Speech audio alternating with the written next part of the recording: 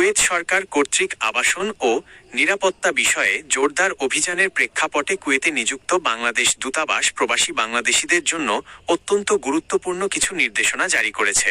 বাংলাদেশি প্রবাসীদের কুয়েতের আইন মেনে চলা এবং আইনি জটিলতা এড়াতে দূতাবাসের দেওয়া প্রধান নির্দেশনাগুলো নিচে তুলে ধরা হলো। ১. আবাসন সংক্রান্ত বৈধতা ও নথিপত্র হালনাগাদ।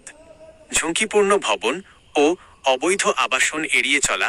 সম্প্রতি কুয়েত কর্তৃপক্ষ হাসাবিয়া ও আব্বাসিয়া সহ বিভিন্ন এলাকায় ঝুঁকিপূর্ণ, প্রাচীন ও অবৈধ ভবনগুলোর বিরুদ্ধে উচ্ছেদ অভিযান শুরু করেছে।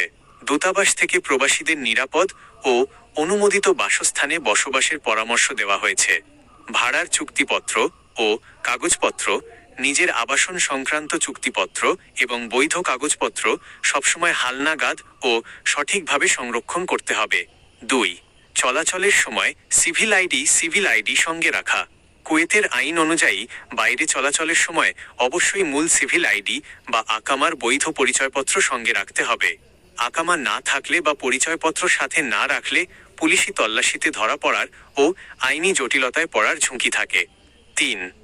স্থানীয় আইন ও রীতিনীতি মেনে চলা। আকামা ও ভিসার শর্ত লঙ্ঘন না করা। যার অধীনে ভিসা বা আকামা রয়েছে, অন্য কোথাও বেআইনিভাবে কাজ না করার নির্দেশনা দেওয়া হয়েছে। সোশ্যাল মিডিয়া ব্যবহারে সতর্কতা। দেশটির নিরাপত্তা বা আঞ্চলিক রাজনৈতিক স্পর্শকাতর বিষয়ে সোশ্যাল মিডিয়ায় পোস্ট, ছবি বা ভিডিও শেয়ার করা থেকে সম্পূর্ণ বিরত থাকতে বলা হয়েছে। ৪.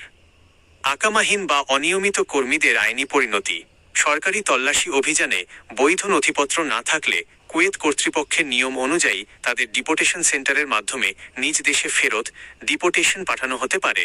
জরুরি প্রয়োজনে দূতাবাসের সাথে যোগাযোগ।